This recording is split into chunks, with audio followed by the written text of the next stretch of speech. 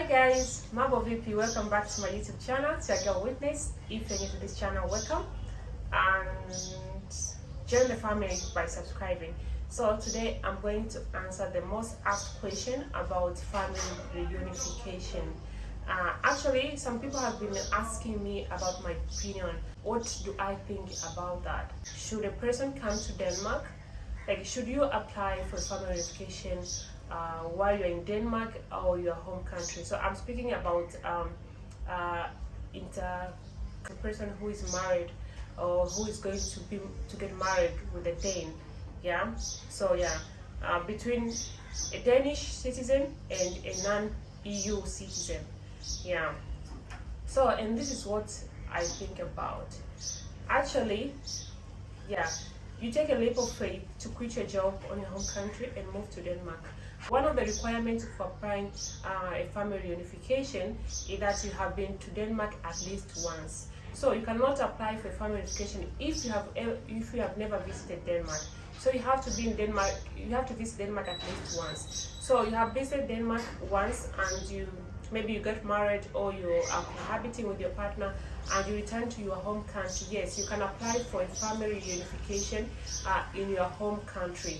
Let's say I'm from Tanzania, so I could have applied in Tanzania, yeah, and then you wait maybe for a maximum processing time of this visa is 9 months.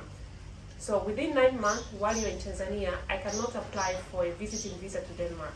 So when you're in Denmark, when you apply on your home country, just know that you will not apply for a visa to visit Denmark while your case is ongoing until the case is decided. So you have to wait for 9 months in your home country. Maybe your husband or your boyfriend can visit you during that process. But one of the advantage when you apply, when you're in Denmark, you are allowed to travel. You're allowed back home. You're allowed to travel within other countries. So yeah, if you want to travel, you will go to the immigration service and they'll give you re-entry permit. So if you want re-entry permit, you book for an appointment and the immigration service don't show up, and you will fill the form and you'll bring you the form and the passport. Yeah, so that's the one advantage. When you apply in Denmark, you are allowed to travel when your case is being processed, and you can be out of Denmark for up to 90 days. Yeah, up to 90 days. Applying in Denmark gives you advantage of learning the language. I know that you cannot work, you cannot volunteer, you cannot go to a sports school, to a language school, but at least being in that environment, hearing people talking in Danish, and there's so many classes, actually free classes. There are so many churches that offer free Danish classes, especially where I go to church. I go on Saturday, free Danish classes every Monday and Wednesday. Yeah, so you can join that. Yeah, so you will be able to get free classes. And there is another church in Nordport. Nordport, actually, I forgot the name, but they also offer free Danish classes. So you can get free Danish classes while your case is ongoing. The time you're ready, this permit is ready, your CPR number is ready, you're going to sports school, you have the knowledge, you have the basic knowledge of Danish. For example, me, actually I have a very good command in Danish language, so I hope that they'll place me in the highest level when you go to sports school. But when you apply at home, you don't learn the language that much. But when you're in Denmark, you meet other people, you meet friends.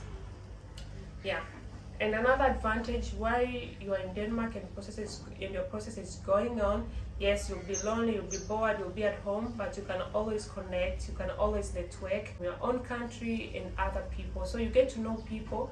So once you're ready for work, you can just connect and get some connection. It's very nice to connect here and to network here, because you never know who you meet. It might be your next employer, they might recommend you to a job, than just being in your home country. So in here, you build the community for yourself. You build community of your own. Yeah. So those are the advantages actually so far. That let's talk about work. For example, there are people who are employed full-time on their home country. So are you going to quit for a job? Because in here, actually cases differ. Some people, their case take 3 months, but it can take up to 9 months or maybe 10 months. You'll be in Denmark and you don't earn anything. So other people, they are working. So are you going to quit? for my case, actually I quitted my job, but my job after COVID hit I was working in a company, so it wasn't that good, so it was easy for me to quit the job, because yeah. But also I would have taken that risk even if I could have like a very good stable job, with, yeah, like everything was fine. I could have done that because I compared the advantage and disadvantage of being in Denmark than being in my home country. Being in your home country, yes, you get that salary every month and you can also do your stuffs at home, but also other things, yes, for read, when you're in Denmark, like when you are waiting for your residence permit, actually that time counts. Like you don't waste those months. It will count on your permanent residence permit application or your citizenship. Yeah, so the day that you submit your application in Denmark, they'll start counting. Yeah, so you don't waste those 9 months. It will add up on the time that you have been living in Denmark. So also that's the advantage. But also if you are into that money thing, not earning money in 9 months, it's a long time.